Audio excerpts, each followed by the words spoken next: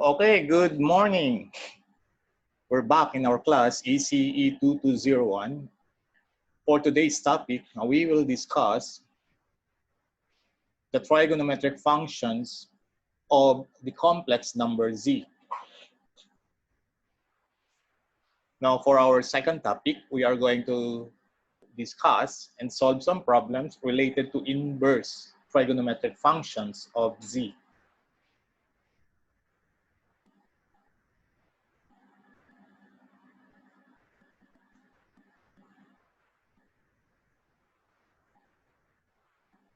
After that, now we are going to discuss the hyperbolic functions of the complex numbers, Z. And the last topic for today, we have the inverse hyperbolic functions of the complex number Z.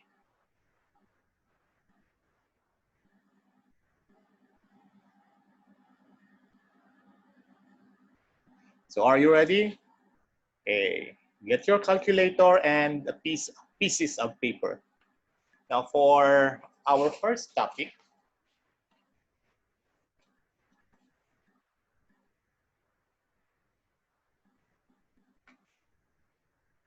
so please be ready with your calculator because from time to time we will be solving complex numbers function. Okay, for our first topic, we will be discussing more on the trigonometric functions of the complex number Z.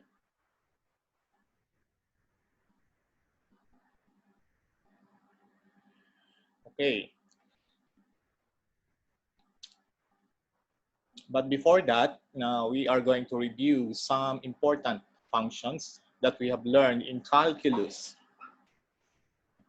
in your first year.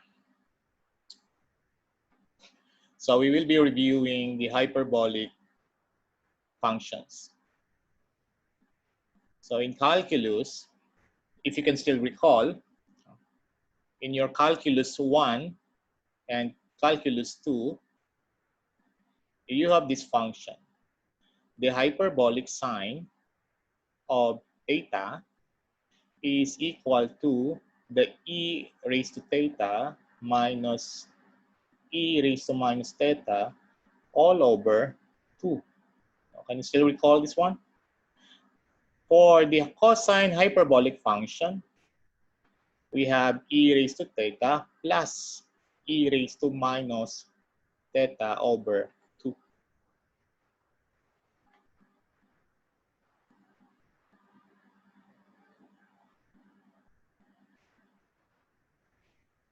Okay, now we will recall some of the properties of the Euler's identity. We will recall the Euler's identity that we have used in our forms of trigonometric function. So if you can still recall, e raised to j of theta can be written as cosine of theta plus j sine of theta. Now, if I'm going to write e now with a negative angle, this will become cosine theta minus, take note, minus j sine of theta. So we will call this your equation 1, and we will also call this your equation 2. Now, if we are going to add equation 1 to equation 2, take note, if you are going to add equation 1 and equation 2, that is adding e raised to j theta plus e raised to minus j theta from the left side of the equation. Now, from the right side of the equation, j sine theta will cancel out. So, the remaining function is 2 cosine of theta. Therefore, cosine of theta can be written as e raised to j theta plus e minus j theta all over 2. Take note of that. You will be using that later on. Now, if we are going to subtract equation 2 from equation 1, that is just like subtracting. That is the same as e raised to j theta minus e raised to minus j theta. That is from the left side of the equation. Now, from the right side of the equation, cosine theta will cancel out, leaving you j2 times sine of the angle theta. Therefore, sine of theta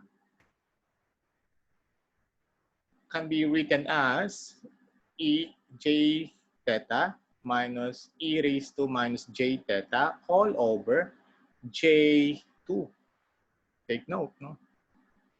This will be your next function.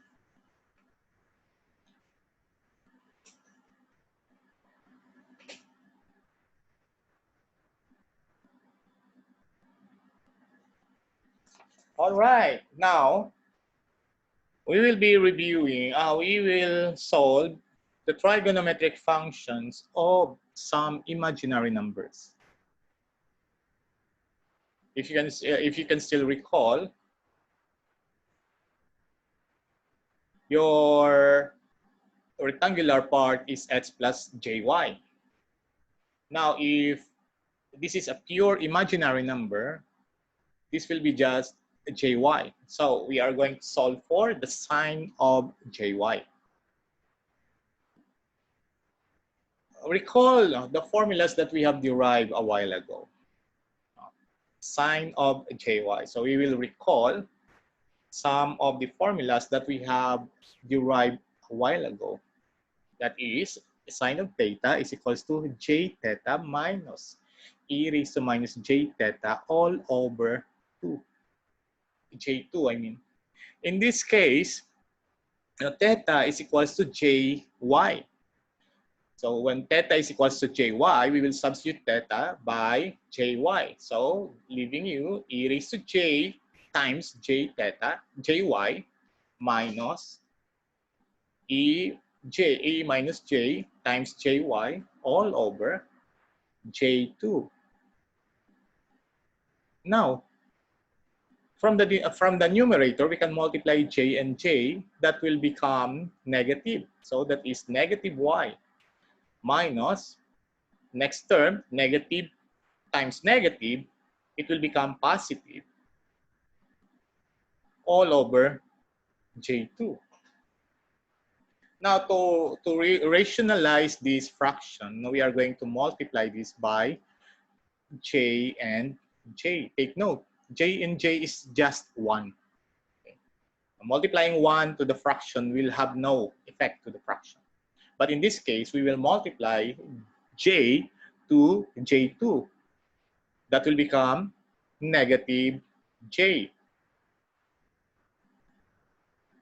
Okay, we will copy the numerator.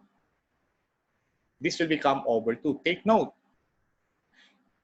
Can you still recall this? Okay, by the way, now we will distribute negative first, now to the bracket inside.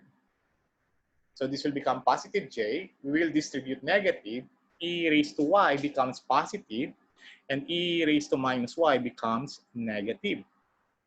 That is over 2. Now take a look at this expression, e raised to y minus e raised to minus y all over 2. It is sound familiar. Not sound, it looks familiar. So can you recall the function? Oh yes, this is the hyperbolic sine of your variable y. So meaning to say,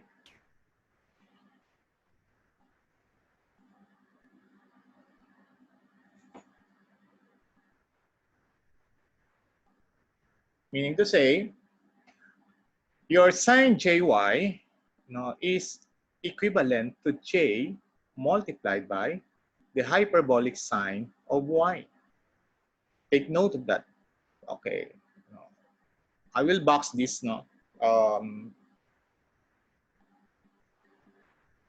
identity so that you will have a future reference to this identity. Now, what about for cosine jy? Take note, for cosine theta, no, that is just e raised to jy at j theta plus e raised to minus j theta all over 2. Take note of the difference of sine and cosine. Okay, the angle theta is equals to jy, so therefore we can substitute that theta to jy, okay, plus e raised to minus j times jy all over 2. Now, simplifying the numerator will give you negative e raised to negative y, plus this will become positive e raised to positive y all over 2. Okay. Now, if we are going to rearrange the numerator, no,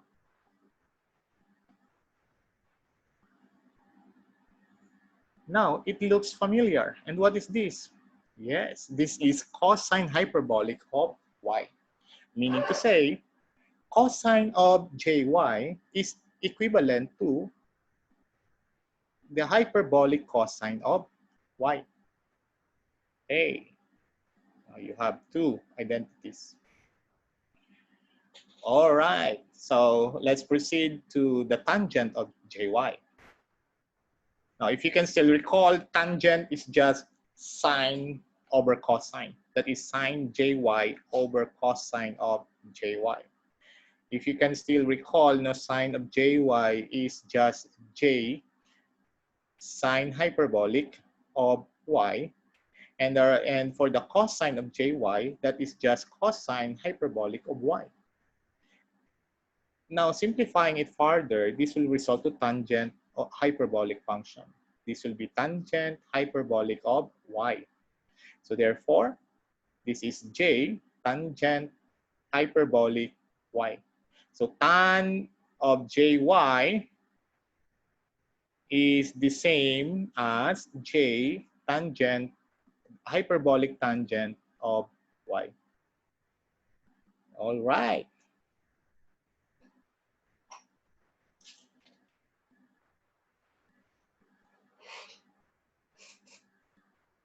Now, let's go back to our previous topic in trigonometry.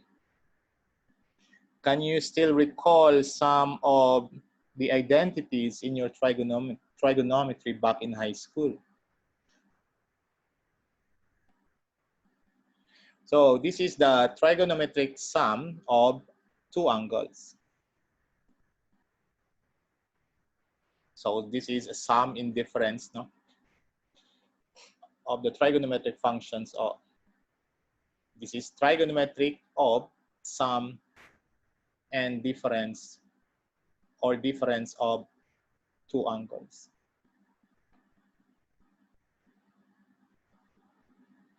Okay, now let's start with number one. We have sine, no, A plus B. Now take note, A is a different angle, B is also different. Now sine A plus B, if you can still recall, that is sine of A, cosine of B, plus, if that is a plus sign, you need to plus other plus positive. This is cosine of A, sine of B. Now that is for the cosine function. Now, if this is sine A minus B, the result is sine A cosine B minus cosine A sine B. Take note of the sign convention. Now for cosine A plus B, okay, cosine A plus B, this is equal to cosine of A multiplied by cosine of B minus, take note, if that is positive, here is the negative part. Take note of the sign convention. This is sine A times sine of B. Okay, now if this is cosine A minus B, no, this will result to cosine A times cosine B plus sine A sine B. Take note of the sign convention. We have tangent of A plus B. So what is tangent A plus B? Okay. This is tangent of A plus tangent of B all over 1 minus tangent of A multiplied by the tangent of B. Okay. Now, if this is negative, if that is negative, the sign no, on the numerator becomes negative and the denominator becomes positive. All right. So take note of the sign convention because you will be dealing with that on our next topic. What is the trigonometric functions of the complex number Z? Take note. If A plus B there is a complex number that is denoted by x plus jy, the sign of x plus jy, take note, x there is the value of A and B is equal to jy. So we need to follow what we have written above. So this will become sine of A, that's sine of x, cosine of jy. Okay, that plus we have cosine of x and then sine of jy. Okay, if you can still recall the derivations of cosine jy. What is that? What is cosine of jy? That is equivalent to the hyperbolic cosine of y. Okay, that's for cosine jy, cosine hyperbolic y. And for the sine jy, that is j sine of the hyperbolic y. Okay. Cosine multiplied by sine hyperbolic y. That is for sine x plus jy. So for the next function, we have cosine x plus jy. Okay, cosine, take note of the sign. Take note of the formula above. So this is cosine of x multiplied by cosine of jy. So if that is positive, now this will be negative. Okay, minus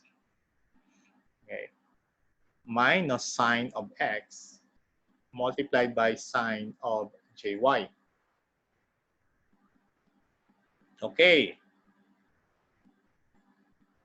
Now, if you can still recall, cosine of jy is just cosine hyperbolic y, and sine of jy is j, okay, sine of hyperbolic y. So we will write j first, and then sine hyperbolic of y, and then multiply that by sine of x. That is the value for cosine of x plus jy. Now for the next function, we have the tangent x plus jy. We can write that as tangent of x plus tangent of jy all over, take note, this is all over 1 minus tangent of x multiplied by the tangent of jy. Now if we can rewrite this, simplifying tan jy, that will give you j tangent hyperbolic of y all over 1 minus tangent of x. Okay, take note, that is equivalent to j, tangent of hyperbolic y, multiplied by the tangent of x. Okay. All right. I think we are ready to solve some example problem here. So I want you to take your calculators with you and then try to solve the problems here. So follow the problem here, some examples here. So we are going to solve the sum of or the trigonometric functions of the complex numbers. So let's start with sine of 4 plus j3. Take note, in solving trigonometric functions of complex numbers, you need to put your calculator in radian mode. So we will expand sine, that is sine 4 multiplied by cosine j3, cosine j3 plus cosine of 4 sine of j3. I'm doing actually the long method. So cosine of j3 is equivalent to what? That is cosine hyperbolic of 3. Plus, take note, sine of J3 is just J, copy sine hyperbolic of 3 multiplied by cosine 4. Okay, now take out your calculator. Put your calculator in radian mode. And then calculate now the expression above. Sine 4 multiplied by cosine hyperbolic 3 plus J cosine of 4 sine hyperbolic of 3. So first, solve sine 4 times cosine hyperbolic 3. That will give you negative 7.62. I want you to review this. So cosine of 4 times hyperbolic cosine of 3 is negative 6.55. So that will be your final answer. Please check now if my calculations are correct. I might give you a wrong calculation just to test now if you are following my calculation or not. So for problem number 2, we have cosine pi minus j 2 pi. So this is cosine pi multiplied by cosine j 2 pi. Take note that is minus, so this is positive. So plus sine of pi, and then cosine of j 2 pi. Okay, that is sine j 2 pi. Anyway, now sine of pi is just 0. So what will remain here is cosine of pi, which is equal to negative 1. So if you simplify this, now this will become negative cosine of 2 pi. Now, what is that value? Try to use your calculator, take note. No, we are dealing with radian values here. So in your calculator, you will have the value of negative 267.75. Okay, for the last example, we have tangent of pi over 4 plus j 3 pi over 4.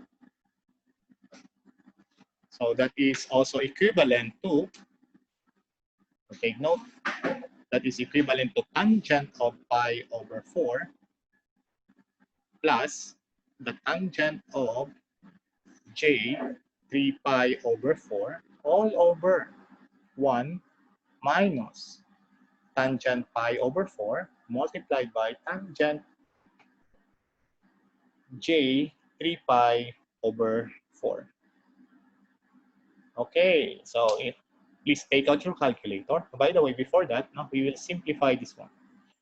This will become tangent pi over 4 plus, okay, take note, this will become j tangent hyperbolic, or the hyperbolic tangent of 3 pi over 4 all over, okay, 1 minus, take note, we have j, okay, a copy tangent pi over 4 multiplied by that value, that is j hyperbolic tangent of 3 pi over 4. So I want you to plug this complex fraction in your calculator. Okay, use your calculator. Make sure your calculator is in complex mode. And make sure now that you are dealing also with radian values. So put your calculator in complex and radian mode. So try to type that in your calculator. Input that in your calculator. See and press equal sign. So the result will be, take note, make sure your calculator is in radian mode. That will become 111.30. All right.